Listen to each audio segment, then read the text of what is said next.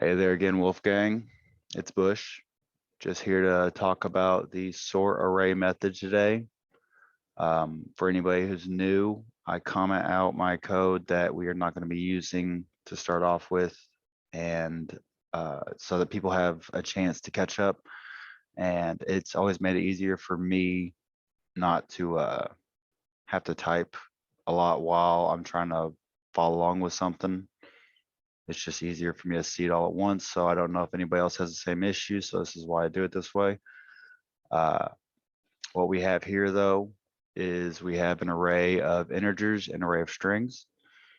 What we want to do today is we want to sort each array based on either numerical value or based on the first letter of each string based on which comes first. So to start off with, we'll start by separating the integers between the lowest, which is -7 and 91. So let me go ahead and uncomment this real quick.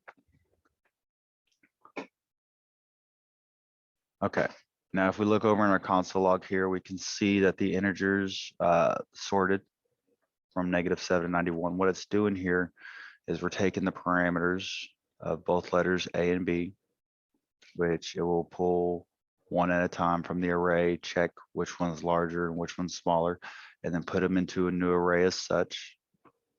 Or you can update the existing array. I always like to check the 0 place just to make sure that nothing buggy is going on. Well, and then we have another set right here. This is what we'll get if we do a reverse on it. As you can see here, that the A parameter is before the B parameter. This will reverse the order of the integers. Go ahead, refresh that. So as you can see here, now the highest number in the original array is at the 0 index, while the lowest integer here at the very beginning was at the 0 index. That can be used for sorting IDs. I mean, just sorting numbers in general. I enjoy working with numbers in JavaScript a lot more than I like strings, honestly, but I'm also still learning more and more and more. But next well, speaking of strings, next we have our string arrays. Now this, to sort a string array by letters, is just a general dot sort.